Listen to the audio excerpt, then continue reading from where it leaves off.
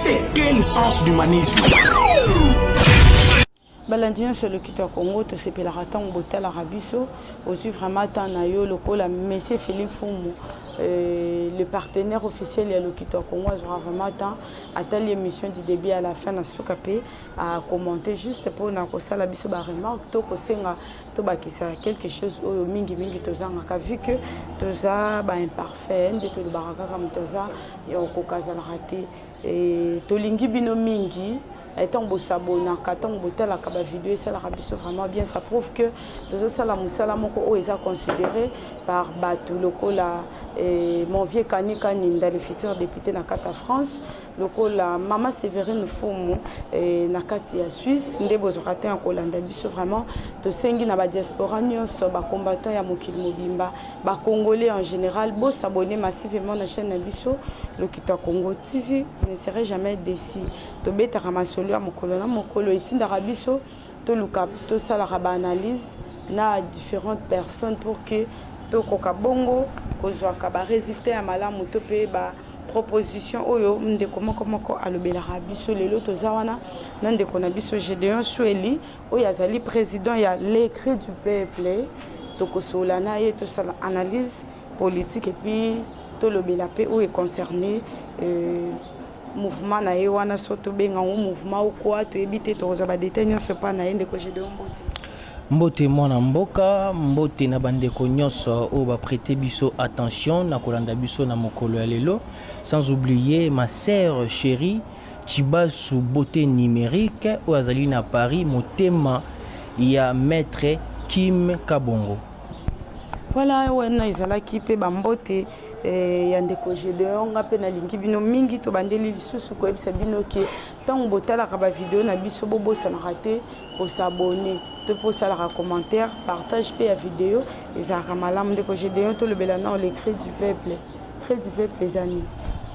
C'est-à-dire matondo mingi mwana mboka na kopesa ngai mituna o malamu na peuple congolais azelera tant d'autres na mekamo ko manyola eloko nini o etinda mwana mboka Gédéon ensemble ya baimboka to créer les cris du peuple toujours dans les soucis ya komona le peuple congolais oyo bazali peuple moko bazali na mboka oyo ezali na lokito mingi o tolobi richesse mais peuple wana ezali ko souffrir.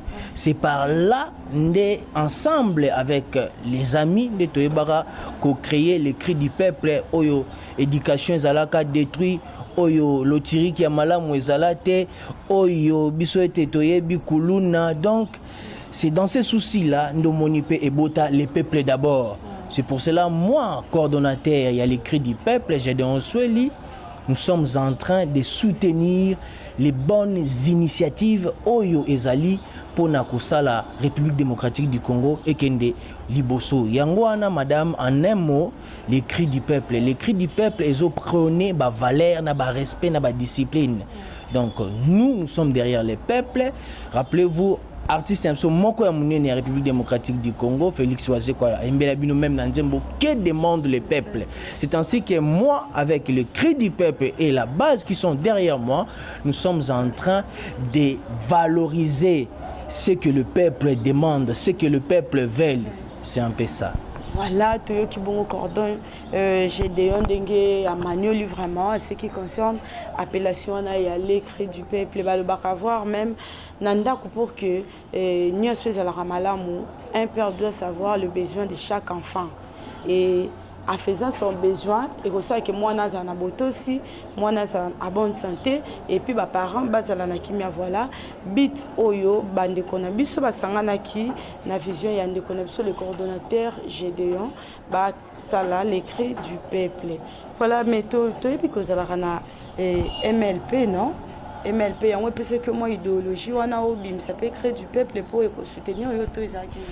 Oui, nazala tout le temps à côté de mon amboka honorable Frank Diongo Chamba oyo abundela République démocratique du Congo pona kolongwa dans un pays oyo tozala ki na banti valeur oyo komaka ba valeur oyo komona ba ko finga ka binomètre ba journaliste oboko trouver normal. C'est un signe de balobara kaka ovani na muta mayele komi mayele ensemble avec mon maître lettre que j'ai salie en passant, mon amboka Frank Diongo, nde a stimulé ya ko créer le cri du peuple pour nous défendre intérêt ya peuple. Mais cela n'empêche pas que nazala pe na katia MLP ou les mouvements lumumbiste progressiste. Nous sommes là quand on a besoin de moi namboka Gédéon Soueli na roya na pour intervenir pour apporter implice na question de l'air au imboka nyoso ba retourna na mpandia MLP. Voilà, merci beaucoup. Et nous avons vraiment tout le mingi les cris du peuple. Parce que ça constitué dans la jeunesse congolaise. Où il y a besoin, il y a retrouver les sous valeurs proprement dites. Et si la politique ne va pas bien, tout le monde peut vivre en Kimia Azati. Tout est qui cause un discours à chef de l'État. Oyo biso nyonso na mona ki pe parti na bino kuna na palais du peuple sika wapito kende ko landango na likebi koyoka discours wana batebele souci zaki parlement ba dissoudre yango changement nomination et informateur et depuis je toyoka discours je pense zaki ba les 14 comme ça si je ne me trompe pas jusqu'à lelo changement nini oyo ndeko Gédéon amoni politiquement parlant. Oui, changement, nous avons retrouvé Place Itomona était un papa qui s'appelait un maître, un professeur de l'université.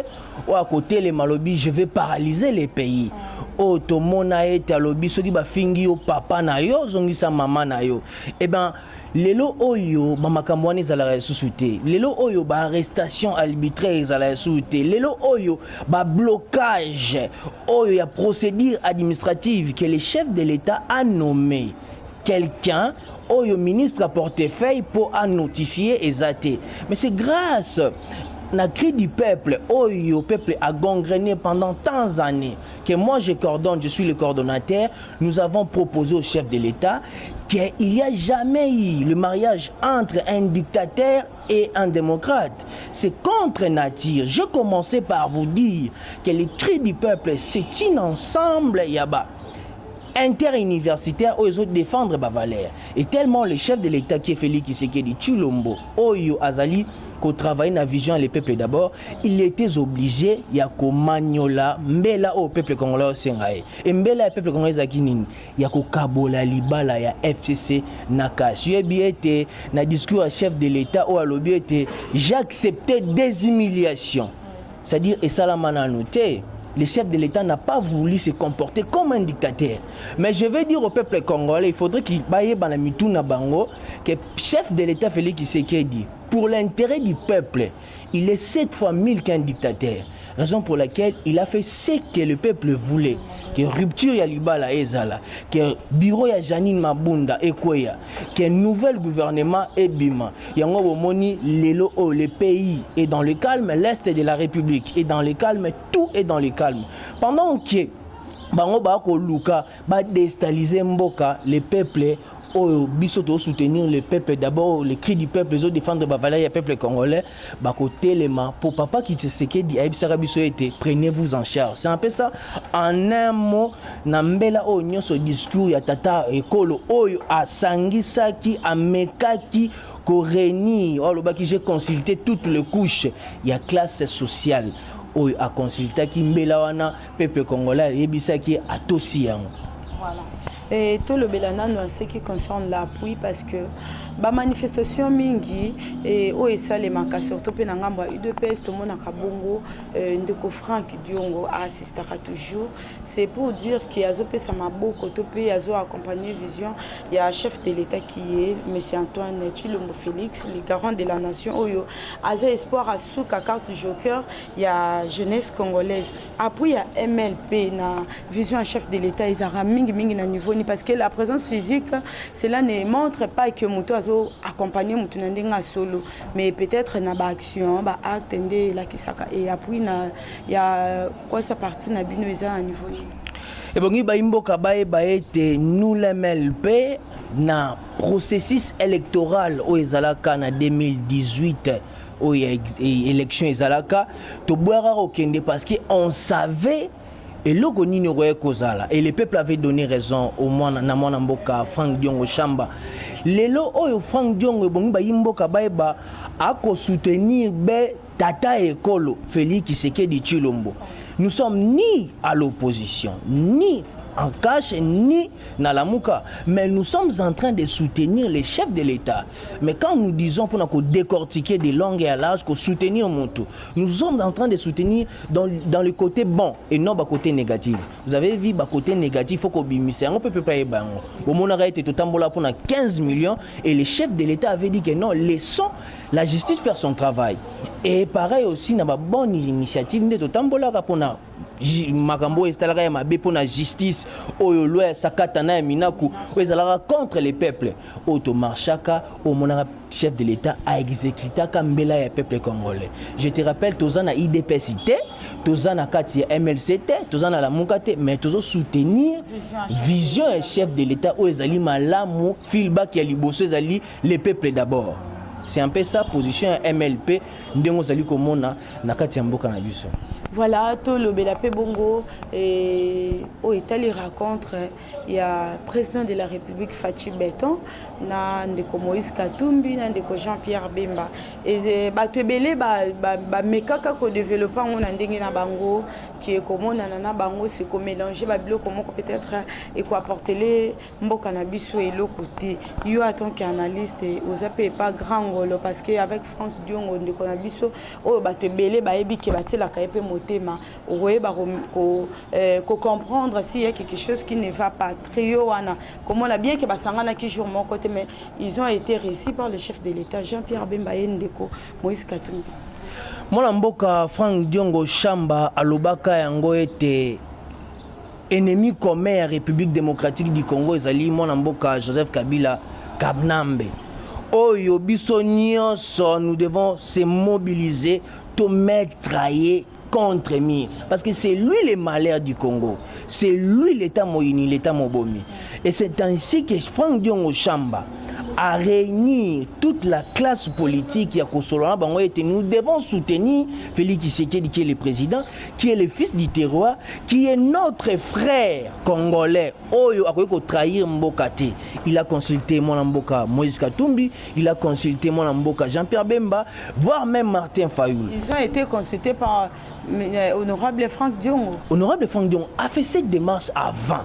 Et après, les résultats, nous sommes là. Ils ont bien compris que non, chef de l'État Félix Tshisekedi a trahir Mbokate. Il a dit, il a fait. Bosenga libala divorce ya cash FCC. Yango ne kabwani. Siko cohabitation yango déjà au tokende yango nini. Union sacrée yango ekoti cohabitation eza ada chef premier ministre Yohana Kundu a déposé déjà lettre nae il y a des missions nae bongo siko na bayo nyonso babande koloba nungu c'est-à-dire le chef de l'État tel qu'il est là na rencontre na bongo ce n'est que pour le bien du Congo pour na bolamu ya bayimboka bo s'attendre tina mabe moko boyo ko ya quelconque non ezali pe pour na partage ya gâteau té c'est-à-dire qu'il faudrait accélérer les trains puissent aller de l'avant d'un chef de l'État qui Misalou Mebanda. Oui, il faudrait se rencontrer qu'on soit là tout autour d'une table parce que tout ça bantou, tout aura toujours na culture moko tant où tu as un problème, to vanda, to sola. Exact le roi dialogue oh Joseph Kabila ndo ça les autres boutir n'a rien, oiseau qui est mupandi parce que lui n'a jamais respecté des principes. Il n'a jamais respecté la vie humaine. Il n'a jamais respecté. Mais le chef de l'État Félix Tshisekedi est différent avec les autres. C'est une personne qui est très disciplinée. Je suis sûr et certain à cause de la formation politique au Azopa papa il y a vision et le peuple d'abord. Tout ce qui était dans les tables a respecté. Voilà.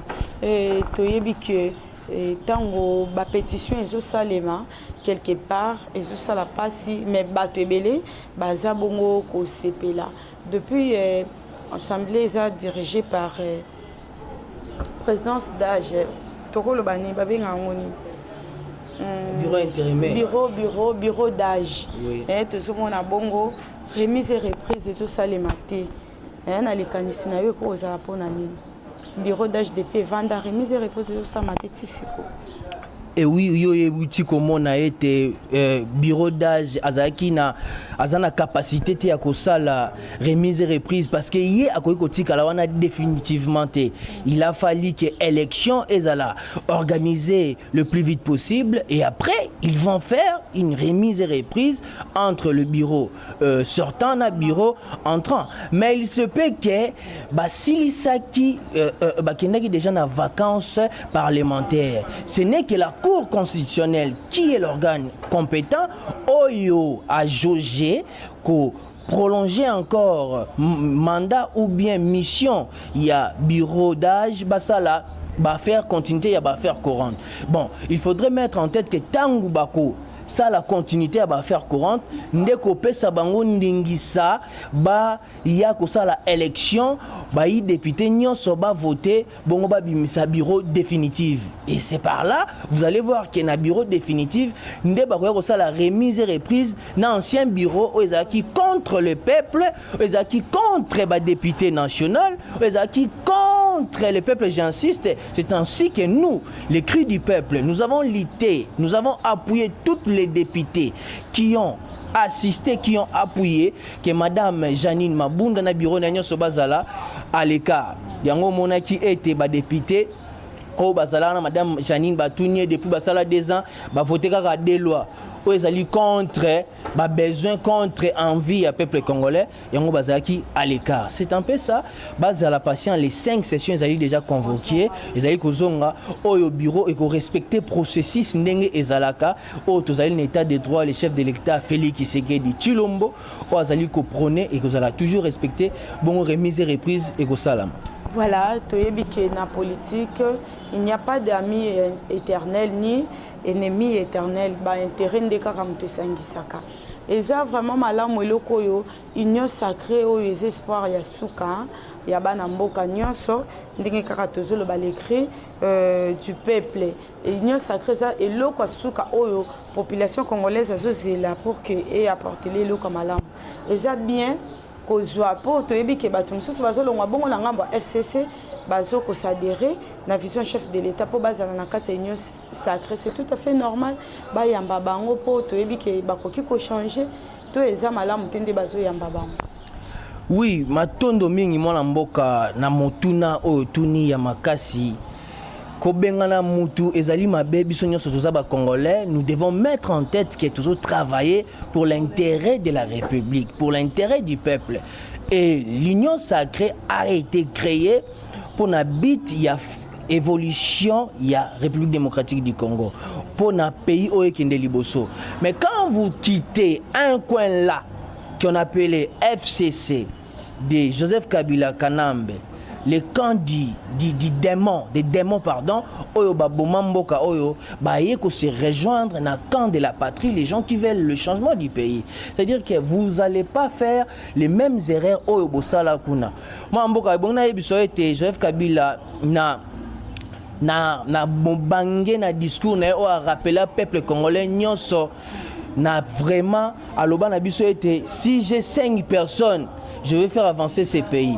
Et bon, au 6e personne, il y a qui moins incompétent, ou ya bomamboka oyo, ou na FCC petit lo ba pouvoir biso ba ndaka ko bloquer action. Le peuple est souverain comme l'article 5 de notre constitution dit, la souveraineté revient au peuple congolais. Et bon, au batu oyo Joseph Kabila loba que si j'ai 5 personnes, baza moins incompétent, ba longwe kuna, lelo ba yé na kati ya union sacrée. Na komi tuna kuna eloko nini bandaya ko zanga pona ba apporter malamu oya bien pour le peuple congolais. Et là au moins ezangalité parce que Kabila ne dirigeait pas abane kotika mutu nyonso na libre accès yibandengo lingi, il était le patron de l'impunité. Et bongo lelo ba ina union sacrée. Peuple congolais ensemble avec le cri du peuple.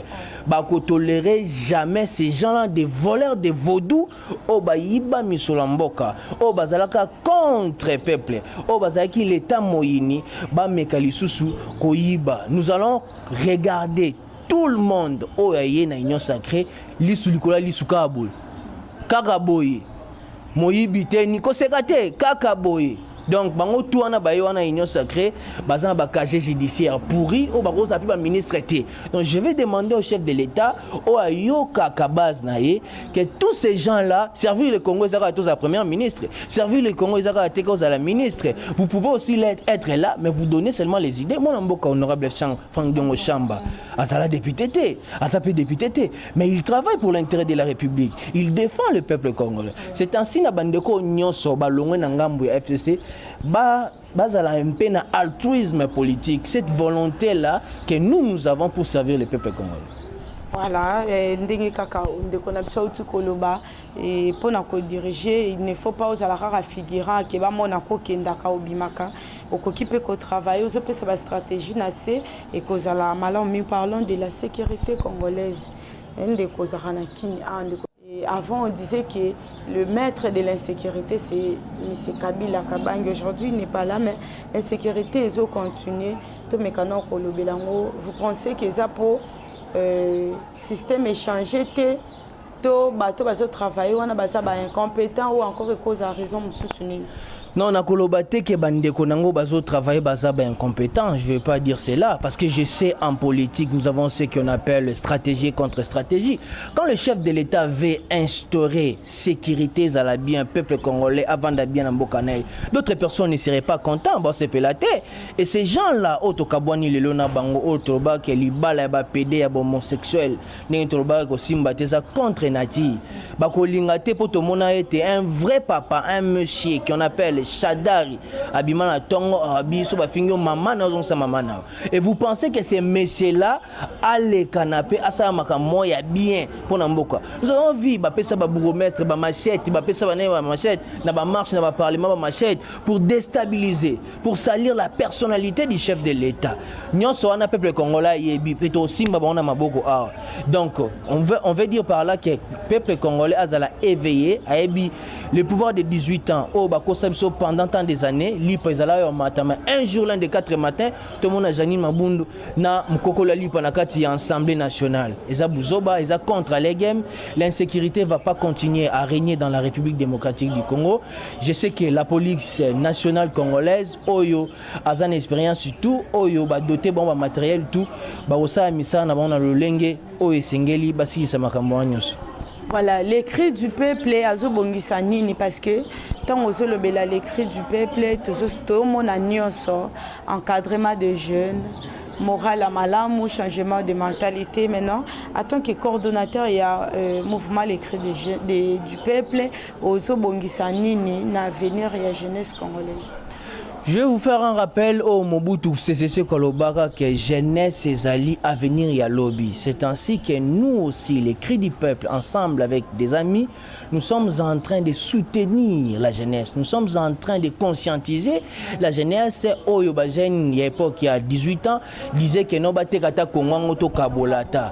Nous, ce sont des paroles aux alliés un peu décevants. Au biso, les cris du peuple, nous sommes contre cela. D'abord, nous sommes en train de lutter pour les intérêts de la République, les intérêts du peuple. Rappelez-vous, dans l'éducation, ce sont des domaines où soko lingyo bomamboka, okobanana na bomamboka na éducation, oba boma fondamentaux, oba boma éducation, oba bokotia sous ba bistrot partout. Nous sommes en train de conscientiser les peuples. Nous sommes une association en caractère social, humanitaire, politique, oyo tozosa action humanitaire, oyo tozosa action sociale, oyo déjà d'ici là vous allez voir na janvier bien qu'il va fêter les canaux janvier de dit ko boka mbela na biso na peuple congolais ba été ba formation ezali ebelé na les cris du peuple d'ici le 2 janvier pardon nous allons déjà commencer à accélérer na action sociale na humanitaire na ba o nyonso ba kozana na posa ya koluka biso ba kota ba adhérer na vision na biso ya les cris du peuple pour défendre la valeur du peuple congolais. Vous pouvez nous appeler na plus 243 82 400 4200 plus 243 82 400 4200. N'hésitez pas, écrivez-nous sur WhatsApp, appelez-nous sur des appels normaux. Nous allons vous répondre concernant les intérêts de la République, concernant les intérêts du peuple. La structure n'a pas dénommée les cris du peuple. Voilà, pour que mon toit à quota, ça dirait les cris du peuple. Oui, l'adhésion est facile, l'adhésion est simple, l'adhésion, tout ça qu'on exige un bon côté parce que et puis ça met la biso au fêlé, biso peut te ça au fêlé. Tu fongoli maboko na baimbo kanyoso o bazara na posa ko défendre ba valeur, o bazana posa ko moko mabo à vivre. Bah na les prix du peuple tel que j'ai donné mon numéro, ils peuvent nous écrire ou nous appeler, bah ko adhérer, tu ko orienter ba motala o ezali TV, étant donné que tu ko pesa ba détail nyoso te. Comme la biso, papa, maman, jeune fille, jeune garçon, écrivez-nous, appelez-nous, nous allons vous écrire. Au-delà de ça, à ce qui concerne les conflits, oyo ezali ba conflit judiciaire, ba conflit ezali ebelé, ba meka comme la biso, tokoyeba ko ya résoudre pour les cris du peuple à l'intérieur, azali pe lisusu na branche auto bengi na kombo ya élite éclairée, il y a des juristes à l'intérieur, il y a des politologues, il y a des économistes au Bazali pour défendre car ba valeur, il y a souci à peuple congolais. Voilà. Merci beaucoup Nabalandinho sur le Lokitor Congo TV. On a tout comme Nepsuna Souka, Tozala qui bon on a des connexions Gédéon Soueli qui est le coordonnateur de la structure le cri du peuple.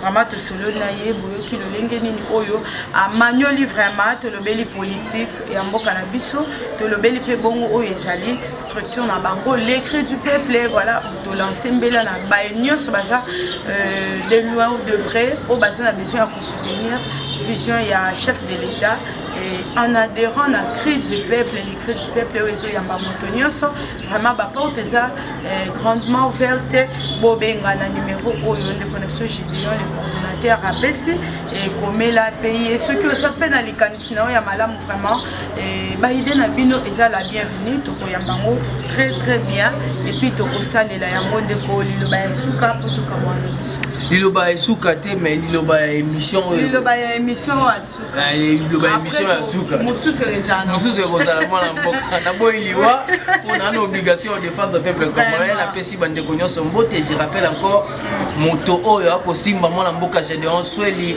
ma sœur chérie wazali na Paris Chibasu wazali beauté numérique wazali motema ya maître Kim Kabongo na rappelé sur na question mbote je t'aime beaucoup na bande konyoso o ba prêter attention matondo mingi. Voilà, merci beaucoup à J.P. Tumba fils du roi qui était derrière la caméra. Merci aussi à sénateur Louté Télémoko Trépied, notre alimentaire, la Bossani Pété, pour souhaiter bon séjour à Kinshasa à notre partenaire officiel et à Lokitor Congo TV. Monsieur Félix Fou, mon bon séjour à toi. Meilleur V, na Baenios Balingaka Lokitor Congo TV, au P Balingakanga, tout le monde a Balasima, bye. C'est quel sens d'humanisme?